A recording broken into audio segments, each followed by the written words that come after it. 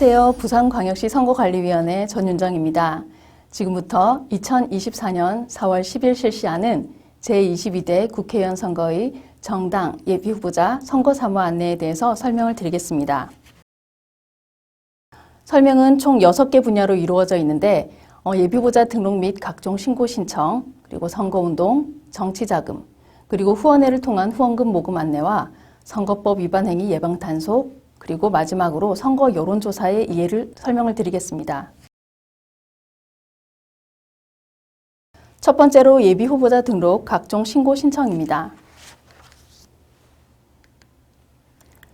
제22대 국회의원 선거는 23년 12월 12일 예비후보자 등록을 시작으로 24년 3월 21일과 22일 양일간 후보자 등록을 한 뒤 3월 28일부터 본격적인 선거 기간이 개시됩니다.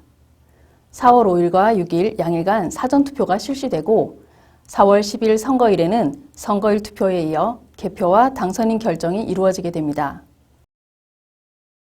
예비후보자 등록 신청 서류를 잘못 작성하게 되면 등록 무효될 수 있고 다른 불이익을 받을 수도 있습니다. 기본적으로 모든 서류는 사실대로, 규정에 정해진 대로 작성해 주셔야 하며 자주 접하는 일이 아니다 보니 조금 어렵게 느껴지실 수 있어서 각 위원회에서 사전 검토를 해드리고 있습니다. 따라서 예비후보자 등록 신청을 하시기 전 입후보할 선거구를 관할하는 선관위를 방문하셔서 등록 서류에 대해 검토를 받으실 것을 당부드립니다.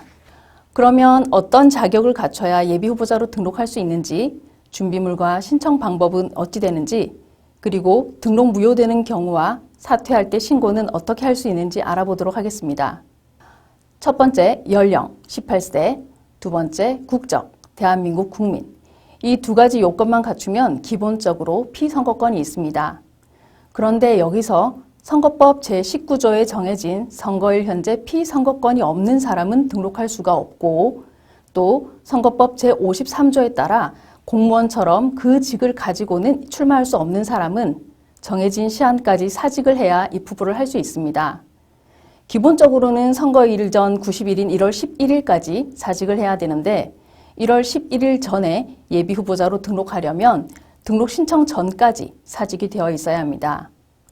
참고로 지자체장이 선거구가 같거나 겹치는 지역구 국회의원 선거에 입후보하려면 23년 12월 12일까지 사직을 하여야 가능하고 공무원 등과 같이 입후보가 제한되는 사람이 비례대표 국회의원 선거에 입후보하려는 경우에는 1월 11일보다 2달 뒤인 3월 11일까지 사직하셔도 입후보가 가능합니다. 그러면 선거법 제19조에 따라 피선거권이 제한되는 경우를 살펴보겠습니다. 내용은 화면에 나와 있는 내용 그대로이고 시간 관계상 자세한 내용은 정당 예비후보자를 위한 선거사무 안내 책자 19쪽, 20쪽을 참고하시면 됩니다. 예비후보자 등록 신청을 하기 위해서는 기본적으로 서류 3가지를 발급받아야 합니다. 첫 번째, 전과 기록, 두 번째, 학력 증명서, 세 번째, 가족관계 증명서입니다. 이 서류들은 모두 인터넷으로 발급할 수 있고 인터넷이 아니라면 전과 기록은 가까운 경찰서에 가시고 학력이나 가족관계 증명서는 가까운 읍면동 행정복지센터에 가시면 발급 가능합니다. 그리고 3가지를 만들면 됩니다. 첫 번째 도장, 두 번째 사진, 그리고 여기 나와 있지는 않지만 세 번째로 입출금 계좌입니다. 첫 번째, 도장은 예비후보자로서 제출하는 모든 서류에 찍는 용도로 그 도장에 인형을 신고하셔야 하고 두 번째, 사진은 선거관리위원회 홈페이지에 예비후보자 명부를 공개할 때 사용하게 됩니다.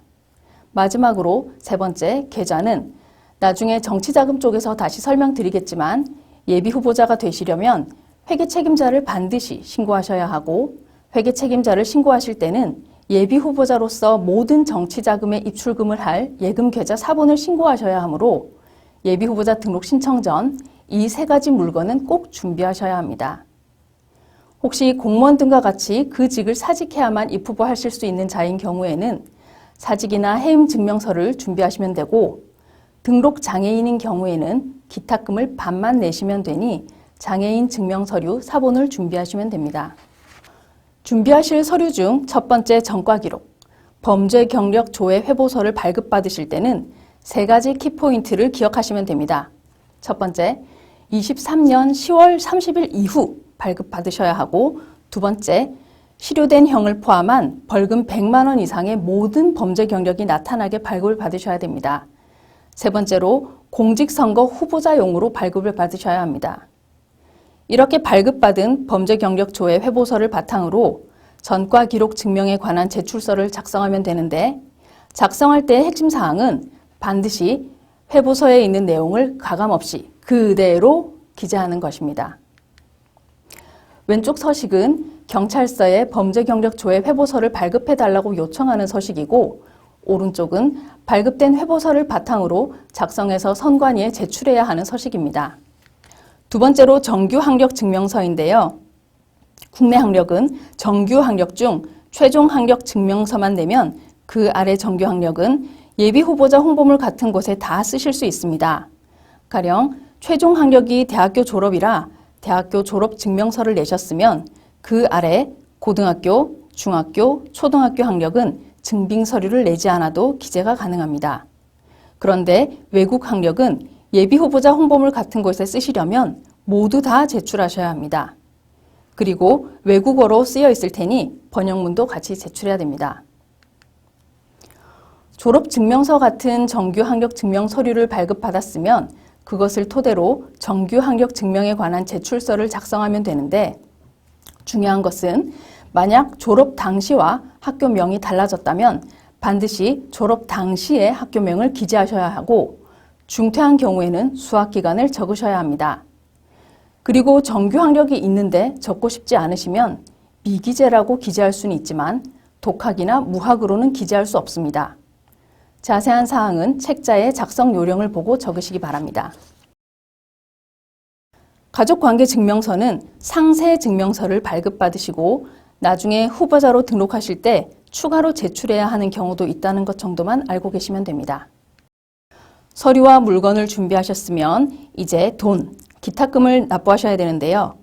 예비 후보자 때는 후보자가 내야 하는 기탁금의 20%만 내면 되고, 연령이나 등록 장애인 여부에 따라 감액되는 규정이 있으니 그 내용을 살펴보시고 해당되는 금액을 후보자 본인의 명의로 무통장 입금하시면 됩니다. 무통장 입금표는 예비 후보자 등록 신청서 제출 시 첨부해서 제출하셔야 합니다. 예비 후보자가 후보자로 등록한다면 후보자에 대한 기탁금 반환 및 귀속 규정에 따라 처리되는데, 예비 후보자만 했다고 하면 두 가지 경우에만 전액 반환됩니다. 예비 후보자가 사망하거나 당헌 당규에 따라 소속 정당에 후보자 추천 신청을 했는데 해당 정당의 추천을 받지 못해 후보자로 등록하지 못하게 되면 전액 반환해 드립니다. 이 경우가 아니라면 국가에 전액 귀속됩니다. 예비후보자 등록 신청은 23년 12월 12일부터 관할 선거구위원회에서 접수를 받고 있습니다. 예비후보자 등록 신청서 작성 방법인데, 정당 예비후보자를 위한 선거사무 안내 책자를 참고하여 작성하시면 되겠습니다. 예비후보자로 등록하였으나 그 등록이 무효로 되는 경우가 있는데요. 한번 훑어보시고 이런 경우가 없도록 하셔야 되겠습니다. 예비후보자로 등록한 뒤 사퇴하고 싶으시면 예비후보자 본인이 직접 서면으로 관할 선거구위원회에 신고하여야 합니다. 이번에는 선거운동과 정당활동의 제한에 대해 살펴보겠습니다. 예비후보자로 등록하셨으면 선거운동을 하셔야겠죠. 선거운동은 당선되거나 되게 하거나 되지 못하게 하기 위한 행위를 말하며 굉장히 중요한 선거 과정 중 하나인데요. 선거운동을 할 때는 선거의 자유, 국민의 알 권리 충족과 더불어 공정성과 국민의 사생활이 침해되지 않도록 해야 되겠습니다. 내가 하고 있는 행위가 선거운동인지 아닌지 여부를 판단하는 기준은 지난 2016년 대법원 판례를 참고하시면 됩니다. 외부에 표시된 행위를 선거인의 관점에서 행위 당시의 구체적인 상황에 기초해서 객관적으로 판단해야 된다. 이것이 핵심입니다. 선거법에 따라 선거운동으로 보지 않는 행위가 있는데요. 보시는 이런 행위들은 선거운동으로 보지 않습니다. 선거운동은 1년 365일 할 수 있는 것이 아니라 할 수 있는 기간이 딱 정해져 있습니다. 후보자로 등록한 뒤 3월 28일부터 선거일 전일인 4월 9일까지 13일간 할 수 있습니다. 그러면 예비후보자 등록은 23년 12월 12일부터이고 선거운동 기간이 아닌데 선거운동을 못하나? 그건 아닙니다. 선거법에서는 선거운동 기간에 예외를 두고 있는데요. 먼저 예비후보자로 등록한 경우 할 수 있는 선거운동 방법이 정해져 있고, 두 번째로 예비후보자 등록과 관계없이 선거운동을 할 수 있는 사람이라면 언제든지 할 수 있는 선거운동 방법과 선거일만 빼고 할 수 있는 선거운동 방법도 있습니다. 마지막으로 입후보 예정자라면 해당 선거의 선거일 전 180일부터 예비후보자 등록 신청 전까지 자신의 명함을 직접 주는 방법의 선거운동도 허용되어 있습니다. 방금 선거운동을 할 수 있는 사람이라면 선거운동을 할 수 있다고 말씀드렸는데, 그러면 선거운동을 할 수 없는 사람은 어떤 사람일까요? 여기 나와 있는 것처럼 외국인이나 18세 미만 미성년자, 선거권이 없는 사람 등 선거법에 정해져 있으므로 선거사무안내 책자 25쪽을 참고하셔서 선거운동이 가능한지 아닌지 한 번 더 확인해 보시기 바랍니다. 예비후보자로 등록하게 되면 선거사무소 한 개소를 설치할 수 있는데요. 자신의 선거구 안에 고정되게 설치하셔야 하고, 정당 소속 예비후보자라면 정당의 사무소에 설치하실 수 있습니다. 선거사무소에는 간판, 현판, 현수막을 수량이나 규격 제한 없이 달 수 있는데요. 대신 선거사무소가 있는 건물이나 그 담장을 벗어나지 않게 설치하여야 하고 애드벌룬을 띄우시면 안 됩니다. 선거운동을 위한 기구는 아니지만 지구당이 없다 보니 선거 때 정당 사무를 처리하기 위해 구시군이 국회의원 지역구가 둘 이상으로 나뉘어져 있는 때는 국회의원 지역구마다 한 개소씩 정당 선거사무소를 둘 수 있습니다. 말씀드렸다시피 정당 선거사무소는 선거운동을 위한 기구가 아니기 때문에 선거운동 목적으로 사용하실 수 없습니다. 선거사무소를 설치했으면 선거운동을 도와줄 선거사무원이 있어야겠죠.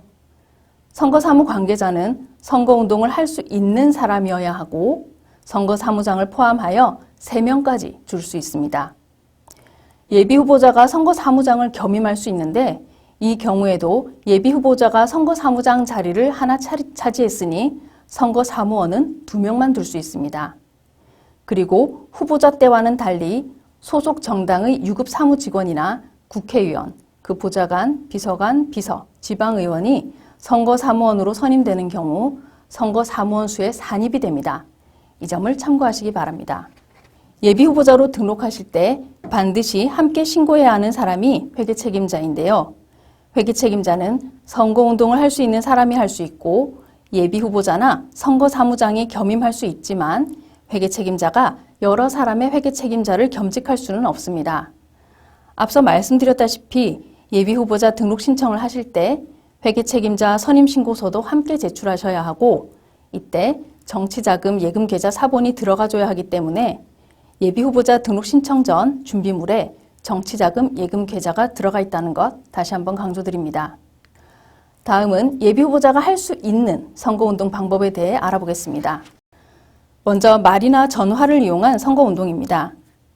이건 설령 예비후보자가 아니라도 선거운동을 할 수 있는 사람이면 누구든지 할 수 있는 선거운동 방법입니다. 언제 할 수 있냐면 선거일인 4월 10일을 빼고는 언제든지 할 수 있습니다. 유의하셔야 할 점은 마이크 같은 확성장치 안 되고 5개 집회에서 여러 사람을 대상으로 하는 것 안 되고 선거운동 목적으로 집회처럼 사람을 모아서 하는 것 안 됩니다. 선거운동 기간 전에는 할 수 없는 장소도 정해져 있으니 이 점 유의하셔서 선거운동을 하시면 되겠습니다. 또한 전화로 선거운동을 할 때는 송수화자 간 직접 통화하는 방식만 가능하고 너무 늦은 밤이나 이른 아침 전화하면 실례겠죠. 그래서 전화할 수 없는 시간도 정해져 있습니다. 다음으로 문자메시지 이용 선거운동입니다. 이것도 예비후보자뿐만 아니라 선거운동을 할 수 있는 사람이라면 누구든지 할 수 있는 선거운동인데요.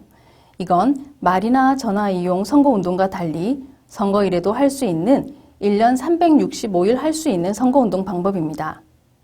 다만 예비후보자나 후보자가 아닌 경우 자동동보통신 안 됩니다. 예비후보자나 후보자는 자동동보통신으로 총 8회까지 문자 메시지를 보내는 방식으로 선거운동을 할 수 있는데요. 이때 지켜야 할 사항이 있습니다. 받는 사람이 명시적으로 수신 거부 의사를 밝혔으면 다시 전송하시면 안 됩니다.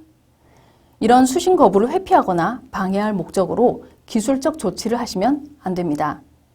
그리고 수신 거부를 할 때 발생하는 전화요금 등을 수신자가 부담하지 않도록 조치가 필요합니다. 그럼 이렇게 제한 사항이 있는 자동동보통신이 뭐냐? 동시에 수신하는 대상자가 20명을 초과하거나 20명이 되지 않더라도 프로그램을 이용해서 수신자를 자동으로 선택해서 전송하는 방식을 말합니다.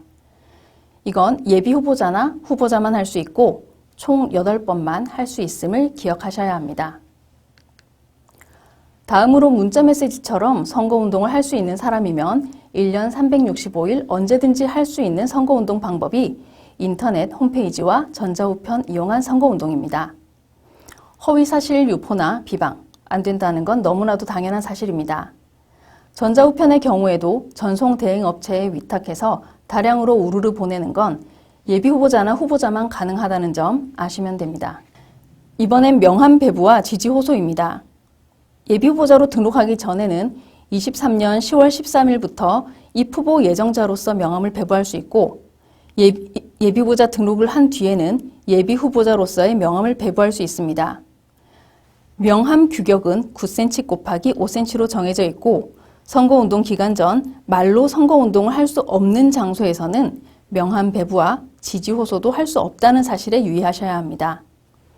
명함을 단독으로 배부하면서 선거운동을 할 수 있는 사람은 예비 후보자와 배우자, 만약 배우자가 없다면 배우자 대신 예비 후보자가 지정한 1인이 가능합니다.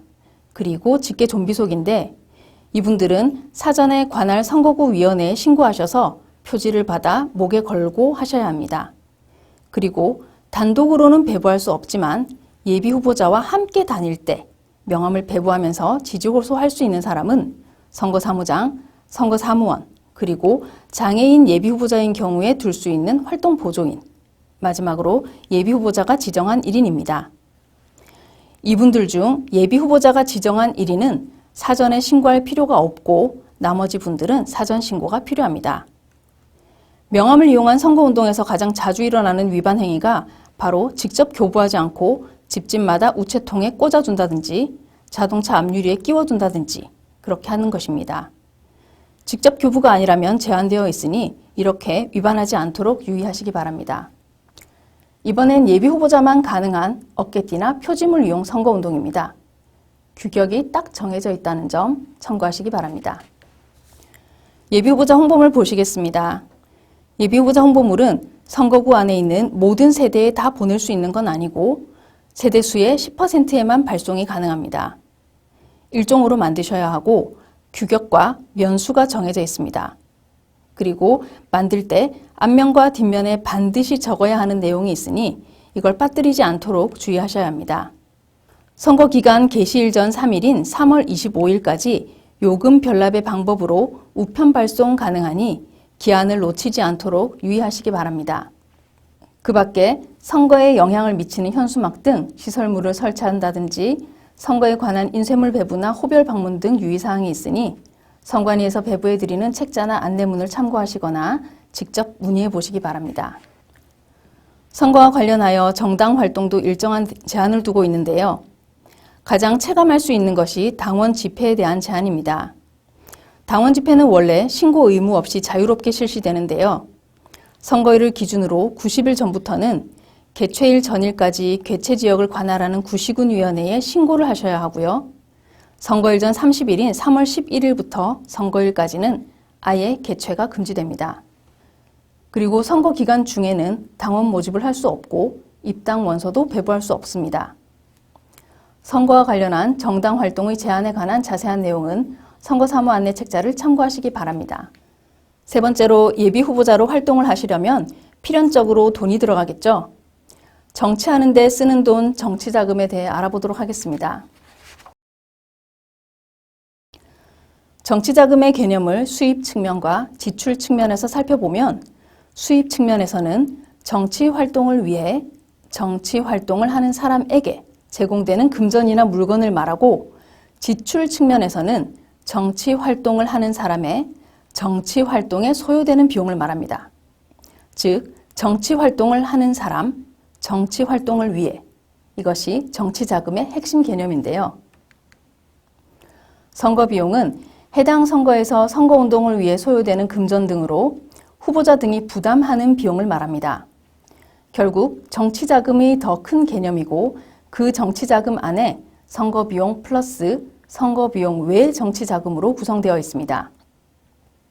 선거비용은 또 보전 대상 선거비용 플러스 미보전 대상 선거비용으로 나뉘어지는데요.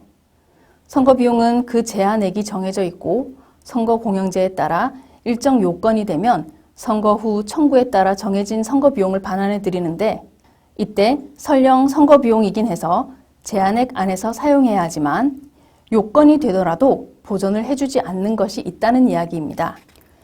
예비후보자의 정치자금 수입원은 크게 세 가지입니다. 첫 번째, 예비후보자의 자산. 두 번째, 정당 추천이라면 소속 정당의 지원금. 세 번째, 후원회를 둔 경우 후원회를 통해서 받은 기부물품이 됩니다.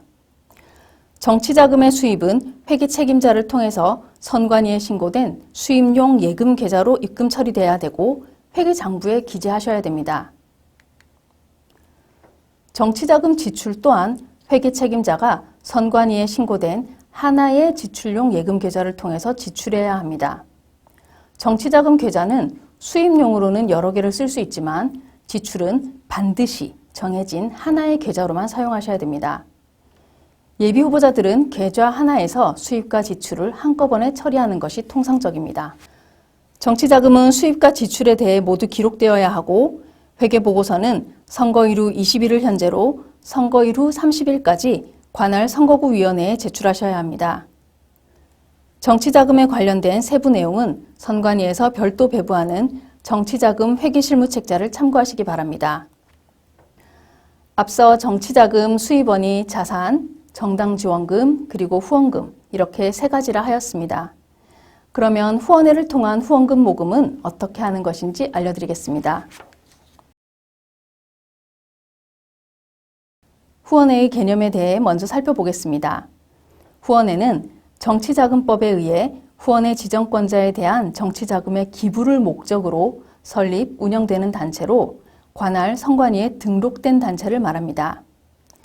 일반적인 개념으로 후원회는 정치자금을 필요로 하는 주체가 정치자금을 그 제공자로부터 직접 받을 경우 정치자금 수수에 따른 각종 비리가 발생될 우려가 있으므로 별도 단체인 후원회를 통해 정치자금을 조달할 수 있도록 정치자금법에 따라 등록된 단체라고 할 수 있습니다. 지역구 국회의원 선거의 예비후보자나 후보자는 후원회를 지정할 수 있습니다. 후원회는 관할 선거관리위원회에 등록된 단체라고 말씀드렸는데 어떤 절차를 통해 후원회를 둘 수 있는지 후원회 등록 절차에 대해 알아보겠습니다. 후원회는 후원회 결성, 후원회 지정권자의 후원회 지정 및 지정서 교부, 후원회 대표자의 후원회 등록 신청과 관할 선거관리위원회의 수리 절차를 거쳐 후원회로 등록되며 등록 신청한 후원회 관련 내용 중에서 변경이 생긴 경우에는 변경 등록 신청을 하여야 합니다. 후원회 등록을 위한 내용에 대해 차례대로 알아보겠습니다. 먼저 후원회 등록을 위한 첫 단계인 후원회 결성에 관한 사항입니다. 후원회의 결성을 위해서는 일반 단체의 결성과 같이 후원회를 설립하고자 하는 자들이 자발적으로 모여 서로의 의사를 확인하고 어느 정도 후원회를 설립하고자 하는 사람들의 집단이 형성되면 창립총회를 개최하여 후원회의 정관이나 규약을 제정한 다음 대표자를 선출하는 등 정치자금법에서 요구하는 후원회로서의 외형과 실질을 갖추어야 합니다. 이러한 후원회 결성의 흐름을 살펴보면 정관 작성, 창립총회 개최 및 대표자 선임, 결성회의록 작성, 후원회 지정 신청의 절차로 진행됩니다. 다음 단계는 후원회 지정 및 지정서 교부입니다. 후원회 지정 요청을 받은 후원회 지정권자인 예비후보자는 자신을 후원할 하나의 후원회를 지정하고 후원회 지정서를 교부합니다. 후원회 지정권자의 지정을 받은 후원회는 지정서를 첨부하여 등록 신청을 하며 후원회의 대표자는 후원회 지정권자의 지정을 받은 날부터 14일 이내에 관할 선거관리위원회에 후원회 등록 신청서를 제출해야 합니다. 등록 신청 내용은 후원회의 명칭, 소재지, 정관 또는 규약 같은 것들인데 정관 또는 규약, 대표자의 취임 동의서 등과 같은 구비 서류를 갖추어 등록 신청을 합니다. 후원회의 명칭은 정치자금 사무관리규칙 제7조에 정해져 있어 임의로 정할 수 없습니다. 예시와 같이 수원시 갑 선거구 홍길동 예비후보자의 후원회의 경우 수원시 갑 선거구 국회의원 예비후보자 홍길동 후원회라고 명칭을 쓰면 됩니다. 후원회 사무소를 하나 둘 수 있고 유급 사무직원은 2명을 초과할 수 없습니다. 후원회 관련 내용에 변경이 생긴 때에는 변경 등록 신청을 하여야 합니다. 후원회 대표자는 명칭, 소재지, 정관 또는 규약, 대표자, 인형의 변경이 생긴 때에는 14일 이내에 관할 선관위에 변경 등록 신청서를 제출해야 됩니다. 만약 예비후보자가 나중에 본 후보자로 등록할 경우 별도로 변경 등록 신청을 할 필요가 없으며 예비후보자의 후원회는 후보자의 후원회로 간주합니다. 예비후보자 등록 신청을 할 때 회계 책임자 선임 신고를 동시에 하셔야 하는 것처럼 후원회 등록 신청할 때도 회계 책임자를 선임하여 신고하셔야 합니다.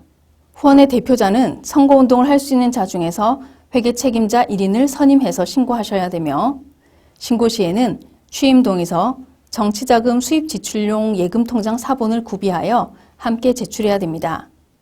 선임 신고한 회계 책임자의 변경이 있는 때는 14일 이내에 변경 신고를 하셔야 하며 취임 동의서와 정치자금의 수입과 지출 인계 인수서를 구비하여 함께 제출하셔야 합니다. 지금까지 후원회 등록을 위한 과정에 대해 알아봤으며 이제 후원회가 등록된 후에 후원회에서 후원금 모금을 어떻게 해서 후원회 지정권자인 국회의원 예비후보자에게 기부할 것인지에 대해서 알아보겠습니다. 후원회는 후원인으로부터 후원금을 모금할 수 있으며 정치자금법에서는 후원인이 후원회에 기부할 수 있는 한도액을 정하고 있습니다. 후원인이 하나의 국회의원 예비후보자 후원회에 기부할 수 있는 후원금의 한도액은 각각 연간 500만 원이며 후원회 지정권자가 예비후보자에서 후보자가 된 경우에는 합하여 500만 원의 후원금을 기부할 수 있습니다. 후원인이 모든 후원회에 기부할 수 있는 후원금은 연간 2천만 원을 초과할 수 없으며 후원인이 후원회에 후원금을 기부하는 때에는 성명, 생년월일, 주소, 직업 및 전화번호를 후원회에 알려야 합니다. 하지만 1회 10만 원 이하, 연간 120만 원 이하의 후원금은 익명으로 기부할 수 있습니다. 국회의원 예비후보자 후원회는 나중에 예비후보자가 본 후보자 등록을 해서 후보자 후원회가 된다 해도 합하여 연간 1억 5천만 원을 모을 수 있고 후원회 지정권자에게 기부할 수 있는 한도액은 연간 모금 한도액과 같은 금액입니다. 후원회 회계 책임자는 모금액이 모금 한도에 근접한 경우에는 수시로 예금 계좌 등을 확인하여 계좌 폐쇄 등 필요한 조치를 해야 합니다. 그럼 후원회가 어떤 방법으로 후원금을 모금할 수 있는지 알아보겠습니다. 후원회는 후원회 등록일부터 후원금을 모금할 수 있으며 우편 통신에 의한 모금, 정치자금 영수증과의 교환에 의한 모금, 신용카드 예금 계좌 등에 의한 모금, 그 밖에 정치자금법과 정당법 및 공직선거법에 위반되지 않는 방법으로 후원금을 모금할 수 있습니다. 단, 집회에 의한 방법으로는 모금할 수 없음에 유의하시기 바랍니다. 정치자금 영수증 발행 교부에 관한 사항입니다. 후원회가 후원인으로부터 후원금을 기부받을 때는 기부받은 날부터 30일까지 정치자금 영수증을 발행하여 후원인에게 교부하여야 합니다. 정치자금 영수증은 정치후원금센터를 통한 전자정치자금 영수증이나 중앙선거관리위원회가 제작하는 종이 정치자금 영수증으로 발행 교부할 수 있습니다. 후원회는 중앙선거관리위원회가 제작하는 정치자금 영수증 서식에 한해 정치자금 영수증을 발행해야 하며 별도의 영수증 발급 프로그램은 사용이 불가합니다. 전자정치자금 영수증을 발급받고자 하는 때는 정치후원금센터 이용 신청서를, 종이로 된 정치자금 영수증을 발급받고자 하는 때는 정치자금 영수증 종류와 발급 수량 등을 기재한 신청서를 관할 선관위에 제출하시면 됩니다. 정치후원금센터를 통한 전자정치자금 영수증 발급을 활용하시면 보다 편리하게 정치자금 영수증을 발급하실 수 있습니다. 정치후원금센터는 후원금의 모금 및 정치자금 영수증 발급의 편리성을 높이기 위해 중앙선거관리위원회에서 운영 중인 사이트로 전자정치자금 영수증 발행이 가능하며 후원인의 정치자금 영수증 분실 시 재발급이 용이한 장점을 가지고 있습니다. 후원인이 정치자금을 기부하면 어떤 혜택이 있을까요? 후원인은 본인이 기부한 정치 후원금에 대하여 세액 공제를 받을 수 있습니다. 10만 원까지는 전액 세액 공제 가능합니다. 그러나 익명 기부의 경우에는 세액 공제가 불가하다는 점 유의하시기 바랍니다. 후원회는 후원회 지정권자가 후원회를 둘 수 있는 자격을 상실한 경우, 지정권자가 후원회의 지정을 철회한 경우, 후원회의 정관 등에 정한 해산 사유가 발생한 경우 해산할 수 있으며 해산된 날부터 14일 이내에 관할 선거관리위원회에 신고해야 합니다. 다만 후보자 및 예비 후보자의 신분 상실로 인해 해산되는 경우에는 신고하지 않아도 됩니다. 해산 신고는 해산된 사실을 단순히 알리는 것이므로 후원회가 사실상 해산되는 날 이후부터는 후원회에 해산 신고가 없더라도 후원인으로부터 후원금을 모금하는 등의 활동을 일절할 수 없습니다. 후원회가 해산된 경우 자녀 재산의 처분에 관한 사항입니다.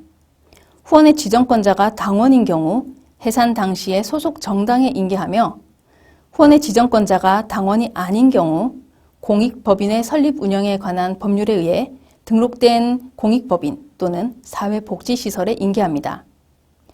다만 국회의원 예비후보자가 공직선거 후보자 선출을 위한 당내 경선에 참여하여 당선 또는 낙선한 때를 제외하고 후원회를 둘 수 있는 자격을 상실한 때는 그 후원회와 후원회 지정권자는 자녀 재산을 회계보고 전까지 국고에 귀속해야 합니다. 지금까지 후원회를 통한 후원금 모금에 대해 안내드렸습니다.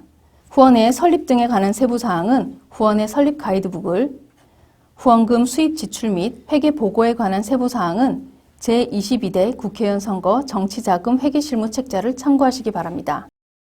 선거법 위반행위 예방단속에 대해 말씀드리겠습니다. 선거관리위원회가 위법행위 안내와 예방활동을 하는 것은 선거관리위원회법이나 공직선거법 제272조의 법적 근거가 있기 때문입니다. 선거법 위반 행위에 대한 질의나 신고가 있을 때에는 각급 선관위를 이용하시거나 1390으로 전화하시면 됩니다. 어떤 규정이 있고 어떤 때 위반되는지 구체적인 내용은 별도로 배부해드리는 정치관계법 사례 예시집을 참고하시면 되고 여기서는 시간 관계상 상세한 사례가 아닌 관련 규정 몇 가지를 안내드리겠습니다. 우선 10배 이상 50배 이하 과태료 부과제도입니다. 선거법 제116조를 위반하여 기부행위가 제한되는 사람으로부터 금전 물품 등을 제공받은 사람, 선거법 제230조 매수 및 이해 유도죄를 위반하여 금품 등을 제공받은 사람, 주례를 볼 수 없는 사람에게 주례를 제공받은 사람의 경우에 부과되는데 주례의 경우에는 200만 원, 나머지는 제공받은 금전 등의 가액의 10배 이상 50배 이하 3천만 원 상한으로 과태료가 부과됩니다. 자수자에 대한 특례가 있습니다. 선거법 제230조 매수 및 이해 유도죄, 제231조 재산상의 이익 목적의 매수 및 이해 유도죄, 제257조 기부행위의 금지 제한 등 위반죄인데요. 각 규정의 해당 조항을 위반해서 금전 등을 받거나 받기로 승낙한 사람이나 다른 사람의 지시에 따라 금품 등을 제공하거나 제공을 약속한 사람이 자수한 때는 그 형을 감경 또는 면제하도록 되어 있습니다. 다음은 선거범죄 신고자 등의 보호 규정입니다. 선거범죄 등에 관한 신고 등을 한 사람이 그와 관련하여 피해를 입거나 입을 우려가 있다고 인정할 만한 상당한 사유가 있다면 특정 범죄 신고자 등 보호법 해당 조항을 준용하여 보호를 받게 됩니다.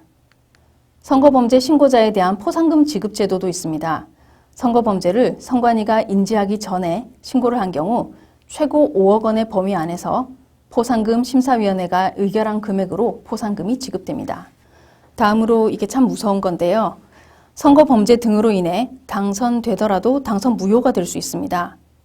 당선 무효되면 그 직이 박탈되는 것은 물론 반환받았던 기탁금과 보전받았던 선거비용을 모두 다시 반환하셔야 되기 때문에 선거 과정 중 이런 불미스러운 일은 발생하지 않도록 주의를 기울여서 선거를 치르시기 바랍니다. 마지막으로 선거 여론조사에 대해 잠시 설명드리겠습니다. 선거 여론조사는 그야말로 선거에 관한 해당 선거와 관련이 있는 여론조사를 말합니다. 선거 여론조사는 실시 전 신고를 하셔야 하는데 중앙여심위에 신고할 대상이 있고 해당 시도여심위에 신고할 대상이 따로 있으니 살펴보시기 바랍니다. 실시 신고 누락에 대한 책임은 해당 여론조사 의뢰자에게 있고 신고한 뒤 변경하는 경우 여론조사 실시 전까지 변경 신고를 하셔야 합니다. 선거일 전 60일인 2월 10일부터는 투표용지와 유사한 모형을 이용하여 선거 여론조사를 하는 것이나 후보자나 정당의 명의를 밝히거나 후보자의 육성으로 하는 선거 여론조사는 금지됩니다. 이 시기 즈음에 정당 후보자 추천을 위한 당내 경선을 하면서 이것을 여론조사로 실시하기도 하는데요. 이 경우에는 예외로 합니다. 여론조사를 할 때는 편향된 어휘나 문장으로 질문하는 것이 금지되어 있습니다. 가령 설문사항에 A 후보자 이름을 다른 후보자보다 많이 나오게 하며 A는 변호사입니다. 전문가가 국회에 진출하는 것에 대해 어떻게 생각하십니까? A 후보자의 장점을 부각시키는 여론조사를 실시한다. 이런 경우는 위반입니다. 피조사자의 의사를 왜곡시키는 행위도 금지되어 있는데요. 특정 후보자에게 불리한 사실을 먼저 나열한 후 지지 여부를 질문하는 등 조사자의 의도에 따라 응답을 유도하는 방법으로 질문하는 행위는 금지되어 있습니다. 추첨을 통해 경품을 제공한다며 선거 여론조사 참여자를 모집하는 등 사행성 조장 방법이 금지되어 있고 피조사자의 성명이나 성명을 유추하는 내용을 공개하는 것 또한 금지되어 있습니다. 정당이 후보자 추천을 위한 당내 경선을 할 때 그 결과에 영향을 미치게 하기 위해 성별이나 연령 등을 거짓으로 응답하도록 하는 것도 금지되어 있습니다. 여기서 당내 경선을 위한 여론조사라 함은 당내 경선을 대체하는 여론조사, 정당이 당내 경선에 앞서 컷오프 대상을 파악하거나 경선 후보자의 경쟁력 확인을 위해 실시하는 여론조사 모두를 의미합니다.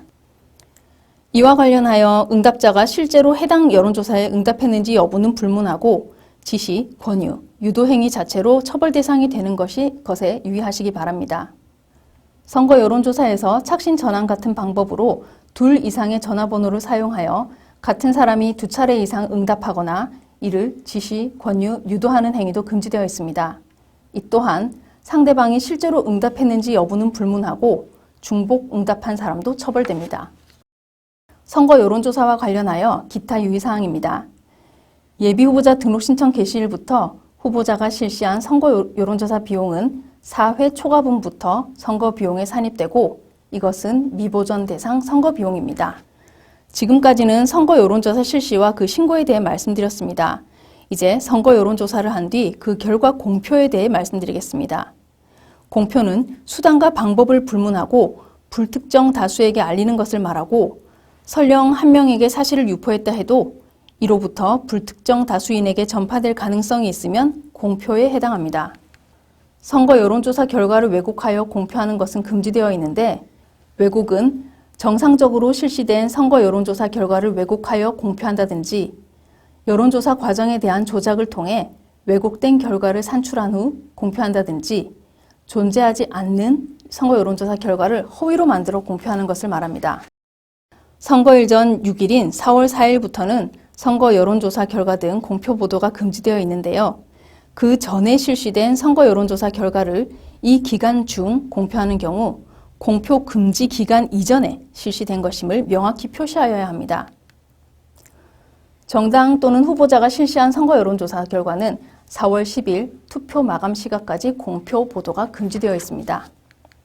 선거 여론조사 기관이 아닌 여론조사 기관 단체가 실시한 여론조사도 마찬가지입니다. 여심위에 의해 고발되거나 법에 따른 여론조사 관련 범죄로 기소된 선거 여론조사 기관이 실시한 선거 여론조사도 마찬가지로 공표 보도가 금지됩니다. 중앙여심위 홈페이지에 등록되지 않은 선거 여론조사 결과는 공표 보도할 수 없고 등록되어 있더라도 관할 여심위가 위법하다고 결정한 것은 공표 보도가 안 됩니다. 선거 여론조사 신고를 한 뒤 보안 요구에 대해 이의 신청할 수 있고 공표 보도된 선거 여론조사에 대해 이의 신청도 가능합니다. 선거 여론조사와 관련된 보다 자세한 사항이나 모호한 사항은 관할 여론조사 심의위원회에 문의하시기 바랍니다. 감사합니다.